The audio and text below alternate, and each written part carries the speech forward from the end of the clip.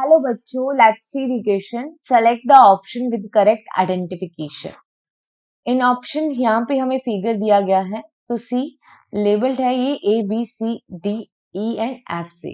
So C B is representing cortex, E Casparian strip, B option, A epidermis, D pericycle, यहाँ पे C endodermis, F plasmodesmata, D यहाँ पे B endodermis, F Casparian strip. So firstly see about the key concept of this question.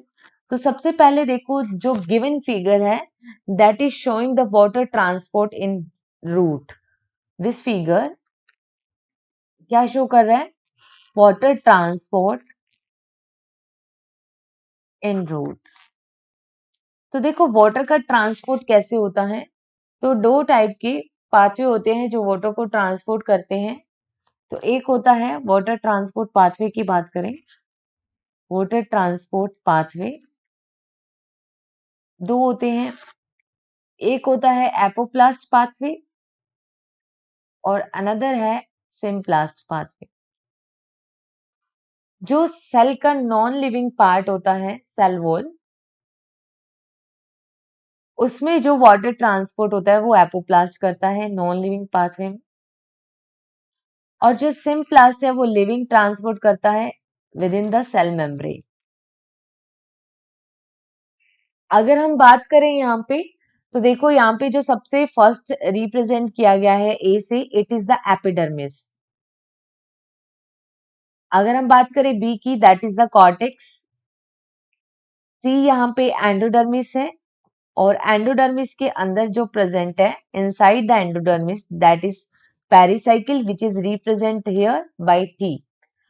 अब देखो endodermis में suberin के deposition से strips बनती हैं, जिसको यहाँ पे एफ से रिप्रेजेंट किया गया है, and these are the casparian strips.